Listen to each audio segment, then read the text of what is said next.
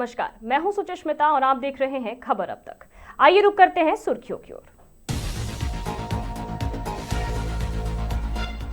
Maheshpur railway crossing बंद करने पर बवाल, ग्रामीणों ने रेलवे अधिकारियों को रोका।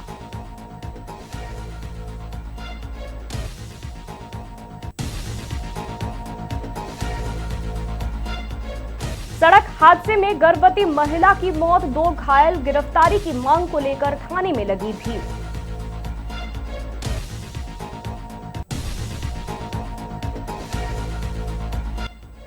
केंदुआडीह और लेडी डूमर मामले पर सरयू राय का बयान, बीसीसीएल, डीजीएमएस और प्रशासन पर सवाल।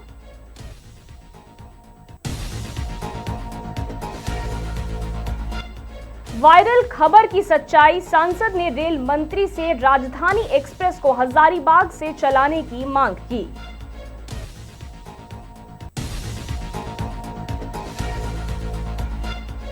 भ्रष्टाचार पर वार, खलारी में जेएलकेएम नेता रतिया गंजू का अनिश्चितकालीन धरना शुरू, अस्पताल निर्माण में अनियमितता का आरोप। अब बढ़ते हैं विस्तारित खबरों की ओर। बोकारो के तलगड़िया रेलवे लाइन स्थित महेशपुर रेलवे क्रॉसिंग को बंद करने पहुंचे रेलवे अधिकारियों को आज ग्रामीणों का तीखा विरोध का सामना करना पड़ा। आक्रोशित ग्रामीणों ने जमकर नारेबाजी की और क्रॉसिंग बंद करने का प्रयास रोक दिया। विस्थापित नेता हसनुल्लाह अंसारी ने कहा कि यह रास्ता महेशपुर गांव का एकमात्र आवागमन मार्ग है, जिसका उपयोग ग्रामीण स्कूल, कॉलेज, मजदूरी, हटिया बाजार और अस्पताल जाने के लिए करते हैं। उन्होंने चेतावनी दी है कि एलएचएस पूरी तरह तैयार हुए बिना किसी भी कीमत पर रास्ता बंद नहीं होने दिया जाएगा।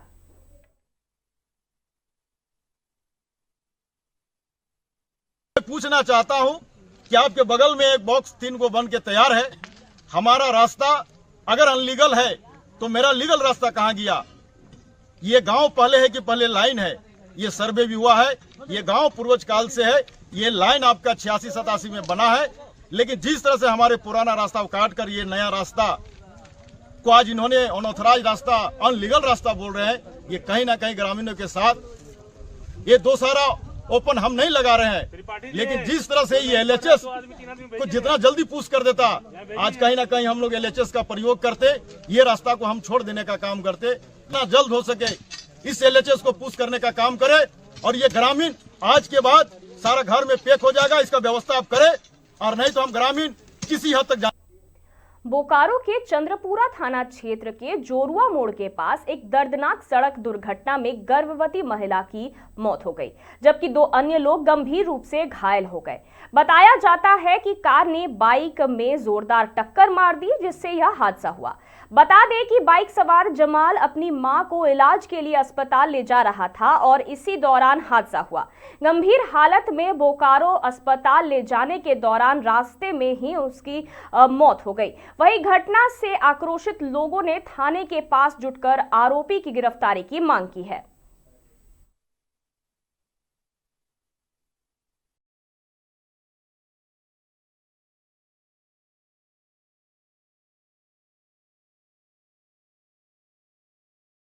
एकदम गंभीर रूप से घायल है और हम लोग सुबह से यहाँ पर थाना में हैं, जिसका कोई कार्रवाई नहीं हो रहा है उस तरह। बहुत लापरवाही। बहू डॉक्टर का किस चीज़ के मतलब दिखाने जा रहे थे? वो प्रेग्नेंट का ये है ना, 6 महीना का उस गर्भवती थी।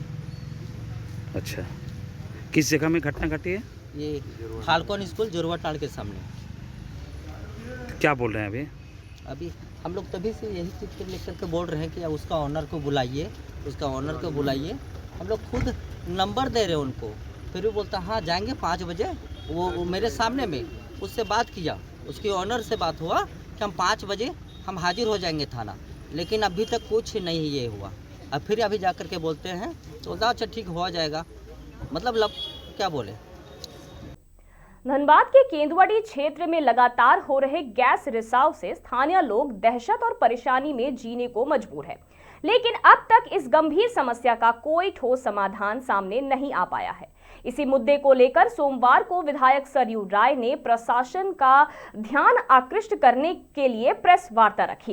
विधायक सरयू राय ने केंदुआडीह में जारी गैस रिसाव मामले के साथ साथ बाघमारा प्रखंड के लेडी डूमर गांव से जुड़े प्रकरण को लेकर भी जिला प्रशासन पर सवाल उठाए। सरयू राय ने इस दौरान बीसीसीएल और डीजीएमएस की कार्यप्रणाली पर भी सवाल खड़े किए।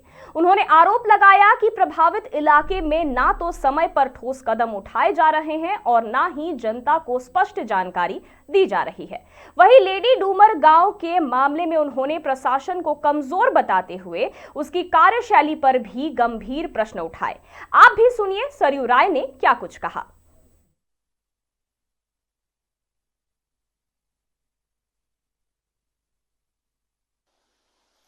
बीसीसीएल या सरकार यह जानने की कोशिश नहीं करती है कि आखिर ये गैस के निकलने का कारण क्या है। जो मुझे जानकारी मिली उसके हिसाब से इन सभी जगहों पर नीचे से अंडरग्राउंड माइनिंग हो चुकी है।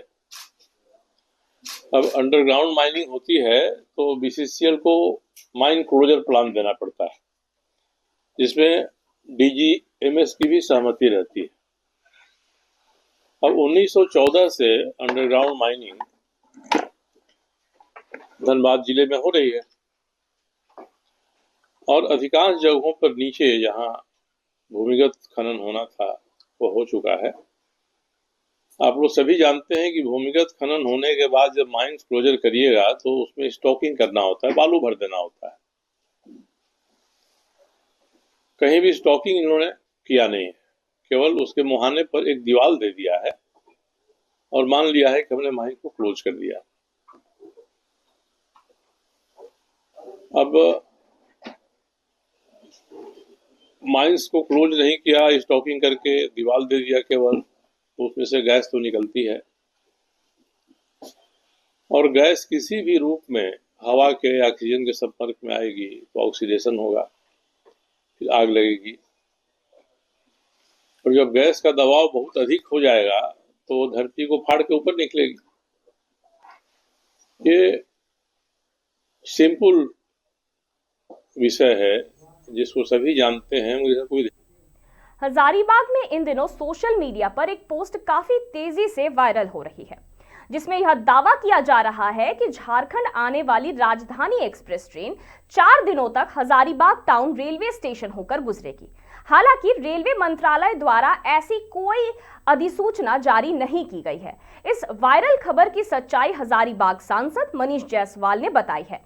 यह बात तब से वायरल हुई है जब हजारीबाग सांसद समेत झारखंड के 3 अन्य सांसदों ने रेलवे मंत्री अश्विनी वैष्णव से मुलाकात की। इस मामले पर सांसद मनीष जायसवाल ने स्पष्ट किया कि उन्होंने चतरा सांसद कालीचरण सिंह, जमशेदपुर सांसद विद्युत वरण महतो और पलामू सांसद बीडी राम के साथ रेलवे मंत्री से मुलाकात की थी और बातचीत काफी सकारात्मक रही है। सांसद मनीष जायसवाल ने बताया कि अभी झारखंड आने वाली राजधानी एक्सप्रेस ट्रेन सप्ताह में 4 दिन झारखंड आती है, जिसमें 2 दिन पलामू से और 2 दिन कोडरमा से होकर गुजरती है। उन्होंने रेलवे मंत्री से मांग की है कि इस ट्रेन को सप्ताह में 7 दिन चलाया जाए, साथ ही इसमें से 2 दिन यह ट्रेन हजारीबाग होकर भी गुजरे। गया से मुंबई जाने वाली साप्ताहिक ट्रेन को बढ़ाकर 2 दिन किया जाए। आसनसोल से रांची जाने वाली इंटरसिटी ट्रेन का विस्तार कोलकाता तक किया जाए। इन सभी मांगों पर उन्होंने रेल मंत्री से सकारात्मक जवाब मिला है। सांसद मनीष जायसवाल ने एक बात स्पष्ट की है कि हजारीबाग में रेलवे कोचिंग यार्ड का निर्माण काफी तेजी से चल रहा है।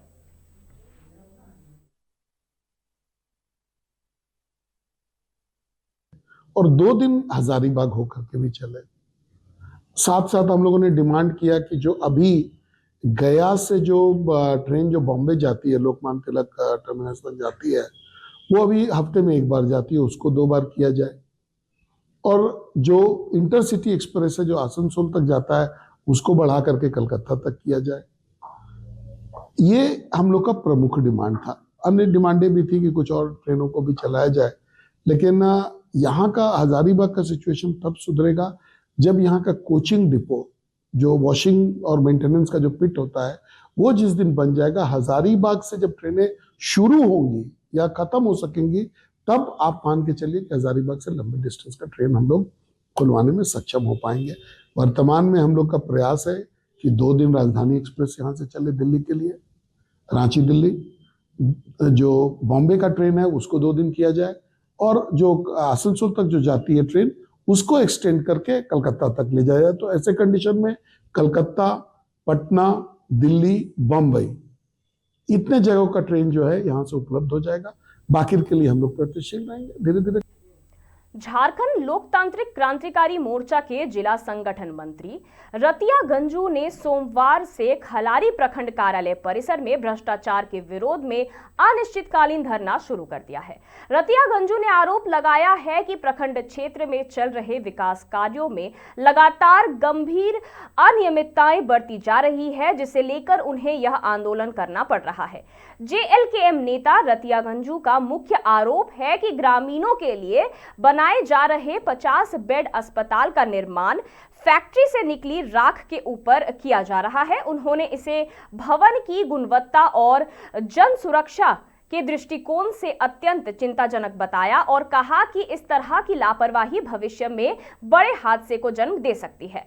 रतिया गंजू ने बताया कि इस गंभीर मामले सहित अन्य समस्याओं को लेकर संबंधित विभागीय अधिकारियों को कई बार लिखित आवेदन सौंपे गए, लेकिन अधिकारियों की ओर से कोई ठोस कार्रवाई नहीं की गई है। अधिकारियों की इस उदासीनता से आहत होकर ही उन्हें आंदोलन का रास्ता अपनाना पड़ा।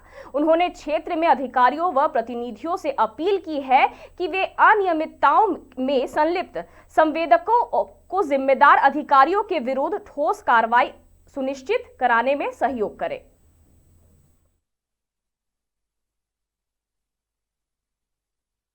कराया जा रहा है। यह भवन जब बन करके बड़ा हो जाएगा तो कहीं न कहीं लोगों को इलाज के साथ साथ एक हादसा का संकेत देगा। तो कहीं ना कहीं एक संदेह बना हुआ रहेगा कि जितना लाइफ होना चाहिए वो लाइफ नहीं रहेगा, या फिर कोई एक बड़ा घटना ना हो जाए। इसीलिए हम लोग संबंधित विभाग से आग्रह करते हैं, खास करके स्वास्थ्य विभाग से आग्रह करते हैं, ज़मीनी स्तर का निरीक्षण कर ले, निरीक्षण करके पुनः विचार करें कि क्या सही होना चाहिए, क्या गलत होना चाहिए। स्वास्थ्य के तरफ कदम सरकार के द्वारा है, इसका हम लोग सम्मान करते हैं और इसका हम लोग स्वागत करते हैं और खुशी की बात है। लेकिन गुणवत्ता में कमी नहीं होना चाहिए, क्योंकि वह लोगों का ज़िंदगी के साथ भी जुड़ा हुआ गुणवत्ता भी। अगर बड़ा बिल्डिंग ढह जाएगा तो बहुत सारा हादसा भी हो सकता है। इसलिए यही हम लोगों का एक डिमांड है कि किसी तरीके का कोई अनियमितता नहीं हो, सही तरीके से बने। प्रखंड में जेएलकेएम खलारी प्रखंड की ओर से अनिश्चितकालीन धरना जो दिया जा रहा है, इस धरना जो है खलारी में 50 बेड का जो अस्पताल निर्माण हो रहा है, बेहद ही घटिया किस्म का निर्माण हो रहा है। इस अस्पताल के लिए मुस्लिम समाज के लोग मुहर्रम मेला टाड़ को कुर्बानी दे दिया, उस कुर्बानी का भी वो लोग एहसास नहीं किया। और आज जो बनाया जा रहा है सिर्फ ठेकेदार अपना जेब भरने के लिए वहाँ का जो निर्माण कार्य में घटिया मटेरियल का उपयोग किया जा रहा है। जब तक बेहतरीन तरीके से अस्पताल निर्माण नहीं होगा, जेएलकेएम पार्टी और खलारी के सभी कार्यकर्ता इस आंदोलन को अनिश्चितकालीन तक करते रहेंगे। खबर अब तक में फिलहाल लेंगे एक छोटा सा ब्रेक, लौटते हैं ब्रेक के बाद।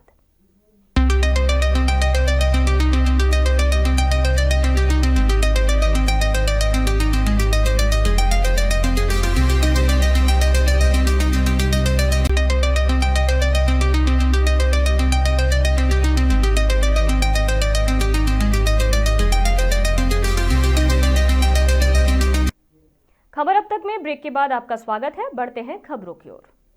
वेस्ट बर्धमान के काक्षा पुलिस स्टेशन को बड़ी सफलता मिली है। काक्षा थाना क्षेत्र से अलग अलग लोगों के खोए और चोरी हुए कुल 44 मोबाइल फोन पुलिस ने रिकवर किया है। वहीं रिकवरी प्रोग्राम के तहत इन सभी मोबाइल फोन को उनके असली मालिकों को सौंप दिया गया।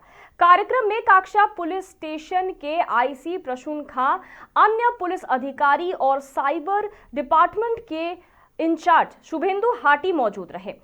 आईसी प्रसून खां ने बताया कि टेक्नोलॉजी और साइबर सेल के मदद से जांच कर मोबाइल बरामद किया गया है, जिसमें कुछ मोबाइल दूसरे राज्यों से भी मिले हैं।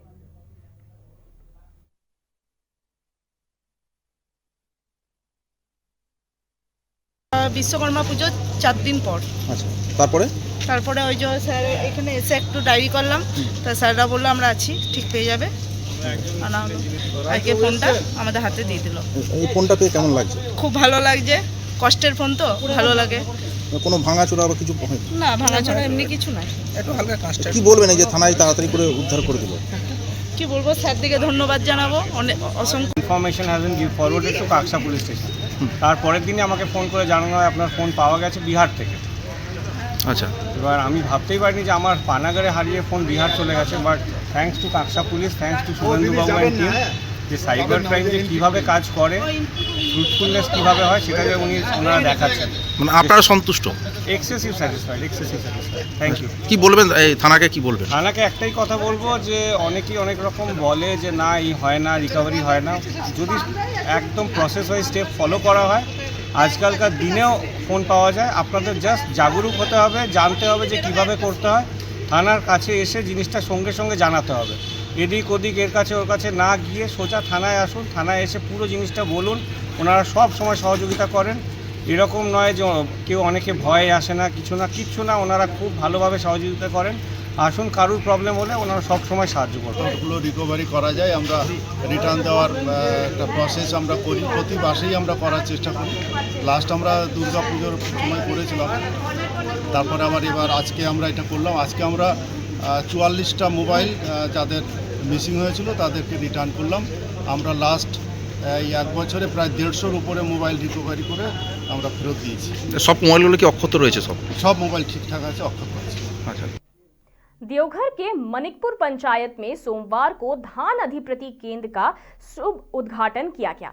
इस केंद्र का संयुक्त उद्घाटन माननीय विधायक सुरेश पासवान और संबंधित पदाधिकारी डीएसओ के माध्यम से किया गया। विधायक ने कहा कि इस केंद्र के शुरू होने से क्षेत्र के किसानों को उनकी उपज का उचित मूल्य प्राप्त करने में सुविधा होगी और वे बिचौलियों के शोषण से बच सकेंगे। उद्घाटन अवसर पर विधायक सुरेश पासवान ने धान क्रय केंद्र के महत्व पर प्रकाश डालते हुए इसे किसानों के लिए एक बड़ी राहत बताया।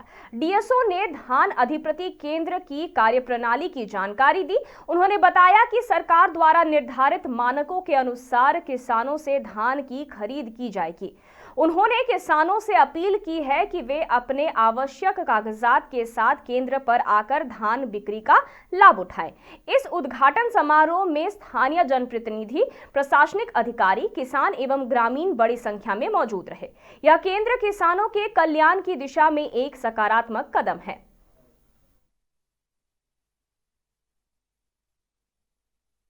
मानिकपुर पंचायत में लैंप्स का उद्घाटन किया गया है, जो कि देवघर जिला के लिए बहुत बड़ी उपलब्धि है। और हमारे देवघर जिला में 42 लैंप्स का चयन इस बार किया गया है। पिछली बार की तुलना में 12x बढ़ा है और इस बार किसानों को एक मुफ्त राशि दिया जाएगा। हम लोग का प्रयास रहेगा कि एक सप्ताह के अंदर जिनका भी धान क्रय किया जा रहा है लैंप्स में, उनका अविलंब भुगतान करना है।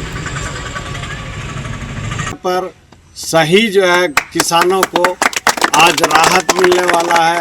माननीय मुख्यमंत्री हेमंत सोरेन जी का जो घोषणा हुआ, विधानसभा में भी जो घोषणा हुआ, आज सही सलामत लागू हुआ और बहुत उम्मीद और विश्वास के साथ यह जो है पैक्स का दुकान चालू किया गया है। इसमें हम लोग चाहेंगे कि पूरे जिला में आज सब जगह चालू हो रहा है। इससे बहुत बड़ा राहत हुआ है। इसलिए हेमंत सोरेन जी को हम लोग तमाम किसान और तमाम जनप्रतिनिधि मिलकर सभी लोग जो है बधाई दे रहे हैं कि माननीय हेमंत सोरेन जो है यह सरकार में गरीबों को लाभ मिल रहा, किसानों को लाभ मिल रहा, बेरोजगारों को रोजगार मिलेगा। इसलिए इसी उद्देश्य के साथ आज का यह उद्घाटन कार्यक्रम।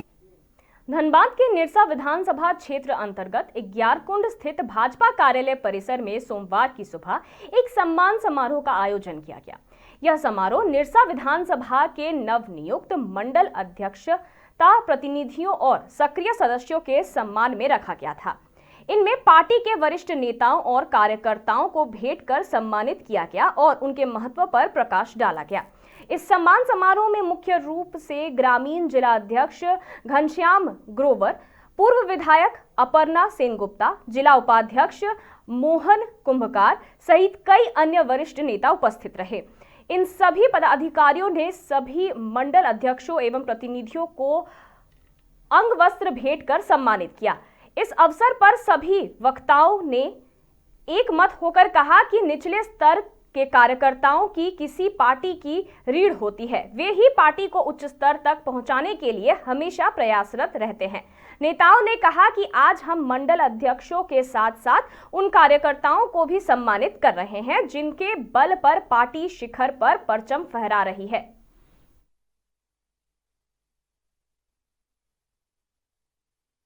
आपने कल न्यूज में देखा ही कि राष्ट्रीय कार्यकारिणी अध्यक्ष का भी घोषणा किया गया है, तो ये सब चुनाव चलता रहता है। उसी निमित्त यहाँ भी चुनाव हुआ और संगठन को धारदार मानने के लिए युवाओं साथी को आगे बढ़ाने का प्रयास किया जा रहा है।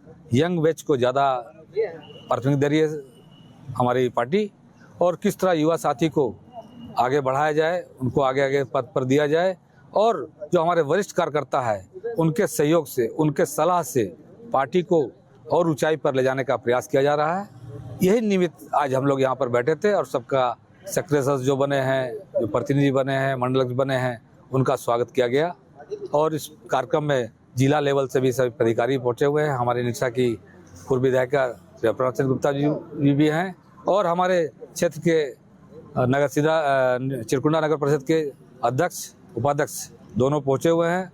आप देख रहे हैं दोनों अभी गए हुए थे निशा की समस्या के लिए, कुमारडीवी यहाँ की जनता की समस्या के लिए रेलवे से मंत्रालय से मंत्री से मिले, और जो भी समस्या है उसको बराबर यहाँ के क्षेत्र के लोग। आज का कार्यक्रम सतत चलने वाली प्रक्रिया है। पूरे प्रदेश में नए कमेटी का सृजन हो रहा है, जिसके तहत निरसा विधानसभा में सभी नवनियुक्त मंडल अध्यक्ष, मंडल के प्रतिनिधिगण और सक्रिय सदस्यों का पार्टी के द्वारा सम्मान हो रहा है। और इस कार्यक्रम में सम्मानित जिला अध्यक्ष घनश्याम ग्रोवर जी, सम्मानित निवर्तमान विधायक अपर्णा सेनगुप्ता जी सहित ज्येष्ठ श्रेष्ठ कार्यकर्तागण आए हैं, और नए प्रतिनिधियों का स्वागत और अभिनंदन किया जा रहा है। और आने वाले समय में संगठन कैसे मजबूत हो, इसके लिए आगे हम लोग बैठक भी करने वाले हैं। तो बस यही है, जो 3 साल में संगठन की चुनाव होता है, तो चुनाव के माध्यम से ये सम्मान हो रहा है। उसके बाद हम लोग का प्रदेश का भी चुनाव है, और फिर जिला का भी होगा। जैसे वैसे यहाँ 7 मंडल था पहले, अभी 9 मंडल बनाया गया। अच्छा हुआ, क्योंकि ग्यारकुंड मंडल बहुत बड़ा एरिया था, और निरसा में भी 106 बूथ, इस तरह से हम लोग भी बात को रखे थे। हमारे माननीय जिला अध्यक्ष जी, हम लोग सब प्रदेश में बात को रखे थे कि थोड़ा इसको कर देने से अच्छा रहेगा। तो सभी मंडल में 2 मंडल का भी चुनाव नहीं हुआ है, निरसा मंडल और एक ठो पंचायत का, तो वो भी जल्दी हो जाएगा। और चुनाव भी क्या तैयारी, उसमें हम लोग सक्रिय हैं। अब हम लोग का भी तैयारी शुरू हो जाएगा। बहुत जल्दी हम लोग एक बैठक करने जा रहे हैं, और तैयारी हम लोग का चल रहा है। हम लोग जीतेंगे इस बार, अच्छा इससे जीतेंगे हम लोग चुनाव में। धनबाद के निरसा क्षेत्र के गोपालपुर पंचायत में विद्यालयों में मिलने वाले मध्याह्न भोजन और शिक्षा के स्तर में कमी की शिकायत सामने आई है। इन शिकायतों पर संज्ञान लेते हुए पंचायत की मुखिया शिखा नाग ने पंचायत सचिवालय में एक अहम बैठक बुलाई, जिसमें इन दोनों महत्वपूर्ण पहलुओं पर सुधार लाने को लेकर चर्चा की गई। गोपालपुर पंचायत की मुखिया शिखा नाग ने बैठक में आरोप लगाया कि सरकार द्वारा निर्धारित मेन्यू के अनुसार बच्चों को मध्याह्न भोजन नहीं मिल रहा है, जो उनके पोषण पर सीधा असर डाल रहा है। साथ ही उन्होंने यह भी शिकायत की कि विद्यालय में शिक्षा का स्तर भी अच्छा नहीं है।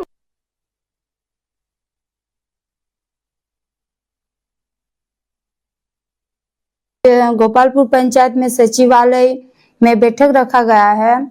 इनका उद्देश्य है कि मुख्य रूप से जैसे शिक्षा की ओर और खाद्य की ओर से आज मीटिंग रखा गया है। इनका कारण ये है कि संपूर्ण की खाद्य के देख सक नहीं हो रहा है, जैसे चावल राशन इस सब में भी कुछ आ रहा है। इसीलिए हम सोच रहे हैं कि सब अच्छे तरह से हो। शिक्षा जैसे लिखा हुआ रहता है बोर्ड में कि दाल चावल सब्जी, लेकिन बच्चे को सब नहीं मिलता है। जैसे लिखा हुआ रहता है दीवार में कि दाल है, सब्जी है, आज खिचड़ी है, फिर अचार है, लेकिन उन लोग को मिलता नहीं है, सिर्फ खिचड़ी मिलता है। मतलब एमपीएम जो मध्याह्न भोजन है उसमें हाँ, जो लिखा हुआ रहता है दीवार में, लेकिन वो सब नहीं मिलता है। खबर अब तक में फिलहाल इतना ही, और खबरों के लिए जुड़े रहिए मिरर मीडिया के साथ।